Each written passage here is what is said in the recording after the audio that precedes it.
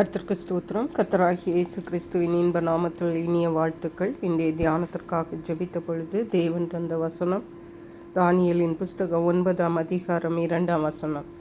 தானியேலாகிய நான் எருசலேமின் பாழ்கடிப்புகள் நிறைவேறி தீர 70 வருஷம் செல்லும் என்று கர்த்தர் எரேமியா தீர்க்கதரிசியோடே சொல்லிய வருஷங்களின் தொகையை புஸ்தகங்களால் அறிந்து கொண்டேன். நம்முடைய கர்த்தராகிய இயேசு கிறிஸ்து தேசங்களை பற்றி அக்கறை உள்ள தேவன். அதே போன்றுதான் தேவனுடைய பிள்ளைகளும் தேசங்களை பற்றி அக்கறை உள்ளவர்களாக இருக்க வேண்டும் என்பதே தேவனுடைய எதிர்பார்ப்பும் விருப்பமுமாயிருக்கிறது. இதை நாம் தானியேலுடைய வாழ்க்கையிலிருந்து பார்க்கும் பொழுது தேவன் எருசலேமுக்கு பாழ்கடிப்புகளை 70 வருஷங்கள் நியமித்ததாக எரேமியா தீர்க்கதரிசியோடே தேவன் சொல்லியிருந்தார்.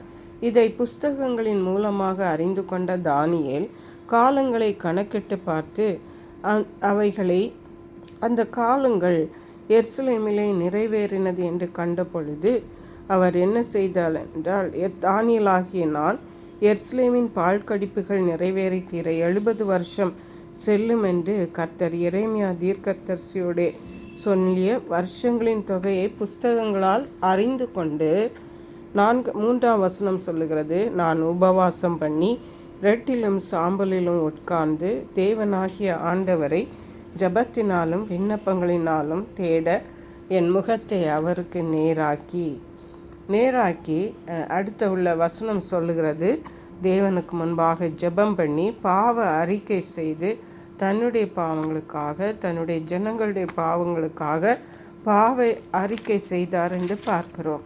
இங்கே தானியேலுக்கு தேசத்தின் மேலிருந்த அக்கறையை நாம் திட்டமும் தெளிவுமாக அறிந்து கொள்ளலாம். அவர் அரண்மனையிலே வேலை பார்க்கிறார். அவருடைய குடும்பத்திற்கு எந்த ஒரு குறையும் இருந்திருக்காது.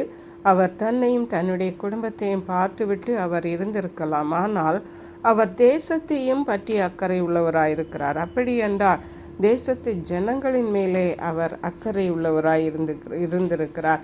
அந்த 70 வாரம் சென்றது என்று அவர் கண்டபோது அவர் உபவாசம் பண்ணி ஜெபித்து தேவனிடத்திலே பாவ அறிக்கை இடுகிறார். 17ஆம் வசனத்தில் சொல்லப்பட்டிருக்கிறது, இப்போதும் எங்கள் தேவனே, நீர் உமது அடியானுடைய விண்ணப்பத்தையும் அவனுடைய கெஞ்சுதலையும் கேட்டு பாழாய் கிடக்கிற உம்முடைய பரிசுத்த ஸ்தலத்தின் மேல் ஆண்டவரின் நிமித்தம் உமது முகத்தை பிரகாசிக்க பண்ணும்.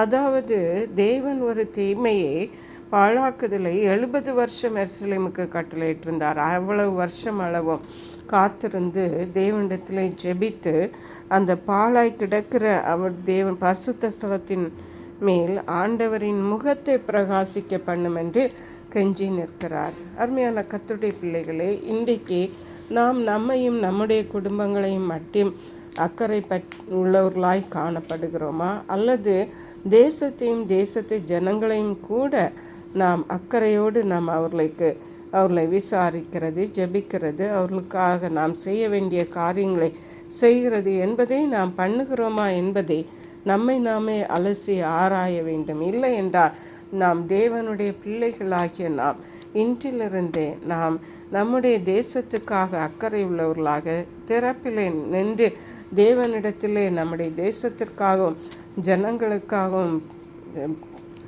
ஜெபித்து ஆசீர்வாதங்களை நம்முடைய தேசத்துக்கும் ஜனங்களுக்கும் கொண்டு வருகிறவர்களாக காணப்பட வேண்டும். அதற்கேற்ற கிருபைகளை தேவன் நமக்கு தந்தருளுவாராக. ஜெபிப்போம். எங்களை கிருபை நேசித்து பாதுகாத்து வழி நடத்துகிற எங்கள் அன்பின் தகப்பனே, ஆசீர்வதிக்கப்பட்ட இந்த நல்ல நாளுக்காக இந்த வேளையிலும் தானியேலைப் போல நாங்களும் எங்கள் தேசத்தை பற்றியும் எங்களுடைய ஜனங்களை பற்றியும் அக்கறை உள்ளவர்களாய் காணப்பட, அவர்களுக்காக திறப்பிலே நின்று ஜெபிக்கிறவர்களாய் காணப்பட, விடுதலைகளையும் ஆசீர்வாதங்களையும் தேவனுடைய இரக்கங்களையும் தேசத்திற்கு கொண்டு வருகிறவர்களாய் காணப்பட உதவி செய்வீராக. நன்றி பரிசுத்த ஆவியானவரே, துதிகன மகிமை மக்கே செலுத்துகிறோம். இயேசு கிறிஸ்துவின் இன்ப நாமத்தில் ஜெபிக்கிறோம் எங்கள் அன்புள்ள பரமபிதாவே, ஆமென்.